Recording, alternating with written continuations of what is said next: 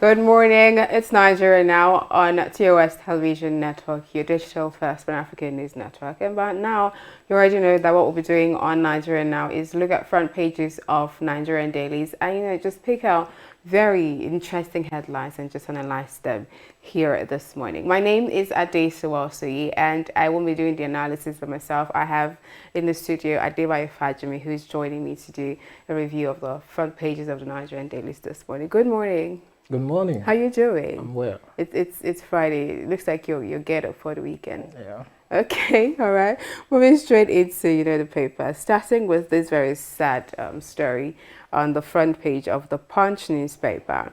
It's the banner headline actually. It says, "All your Bullion van robbers, Enugu gunmen kill 5 policemen and others." Two riders underneath that. Ibadan motorcyclist killed, commuters shot, hoodlums caught away cash. Motorists flee. 3 policemen manning Enugu checkpoint killed. POS man shot. Woman abducted. Now, I saw this news yesterday, and the first thing that, in as much as I felt really bad about it, the first thing that came to mind is, how could this have happened in broad daylight? A Bullion van is supposed to be, highly secured and highly protected and all of that. How do you think this could have happened?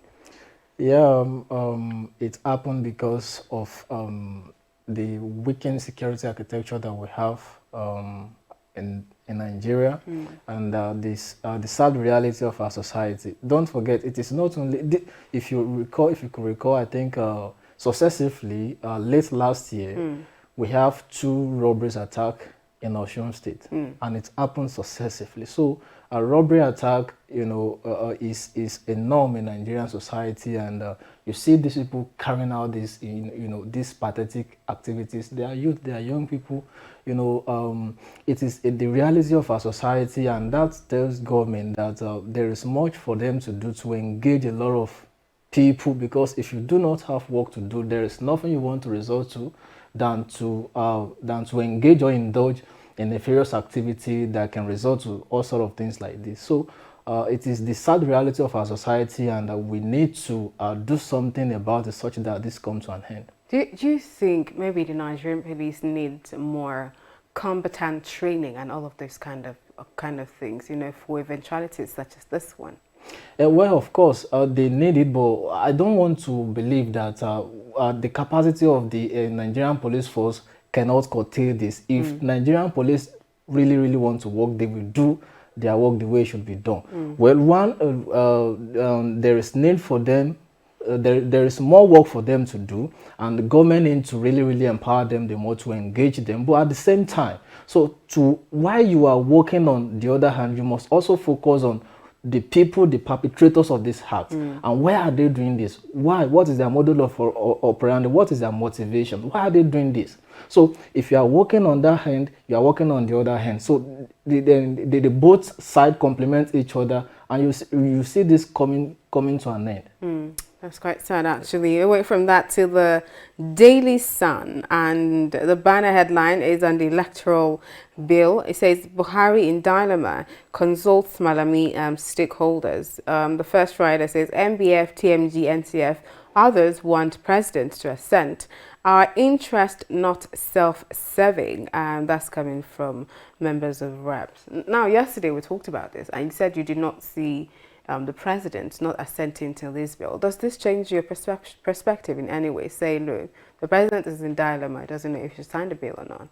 Of course, that has not changed my thoughts and my perspective. Of course, it is expected of Mr. President to consult very widely, and to have a comprehensive understanding the pros and cons of this bill before he assent to it. So being in a dilemma is not, well, I think it is something that is expected of him to consult very well, to look at the advantages. If the advantages are more higher than the disadvantages, of course.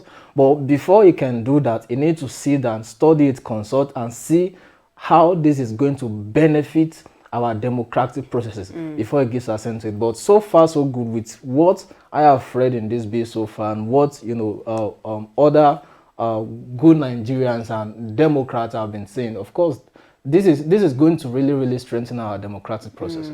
Okay, but how do you think this will speak to the president's legacy? I mean, he leaves office in 2023. His 8 year tenure is coming to an end. Whether he assents to the bill or not, how do you think it's going to speak to his legacy?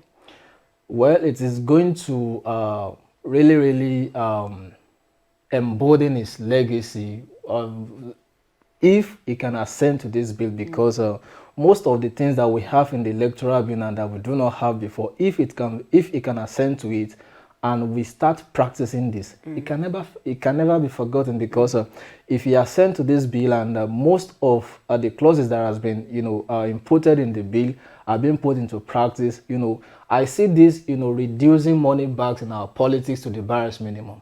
And if that can be implemented, if that can come to reality, it will never be forgotten for that, because people will keep referring that when he was in power, this come to reality. Okay, and if it doesn't? And if it doesn't, of course, it's rhetorical. You know what will happen.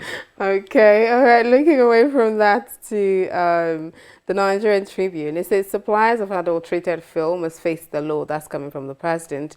And NPC names defaulting importers. IPMAN directs members to compile inventory of affected customers. Reps call for probe of NNPC, SO, and others.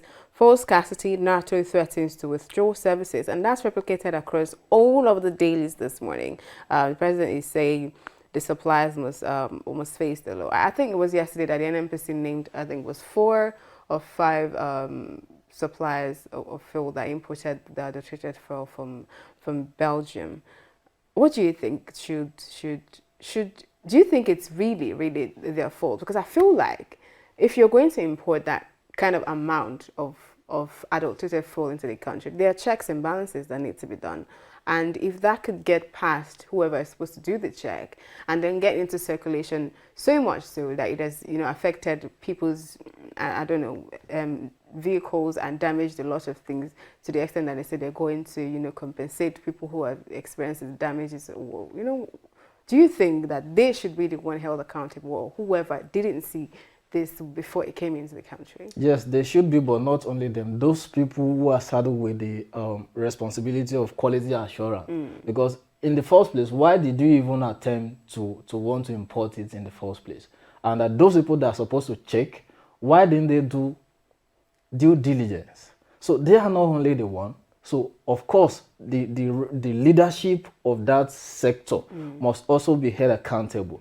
So if you are dealing with the suppliers, then you must not neglect or how do I put it now? You must not cover up for the other side. So the both parties must be punished, and this mustn't be a nomenclature, because in Nigerian society you always see government say we want to do without any action. So whatever after the investigation, so whatever the government decides to do, they should tell Nigerians that okay, those people who have caused havoc and so people, then this is the punitive measure, this is what the action government is taking against them. If you can withdraw their licenses, whatever you can just do to ensure that you give them this sense of responsibility to ensure that what they have done is bad. So that is going to serve as lessons to ensure that this do not reoccur again. Okay. All right. Thank you so much for doing this with me today. It's a pleasure. Thank you. Such a pleasure to always have you. And thank you for sticking with me on Nigeria Now today. Don't forget the Nigeria Now comes to you every weekday. That's Mondays to Fridays. So you have to join the conversation. That's join Nigeria Now on Monday. But before then, follow TOS TV Network across all social media platforms. That's Facebook, Twitter, Instagram. It's TOS TV Network. On YouTube, subscribe to the channel. It's TOS TV Network on YouTube.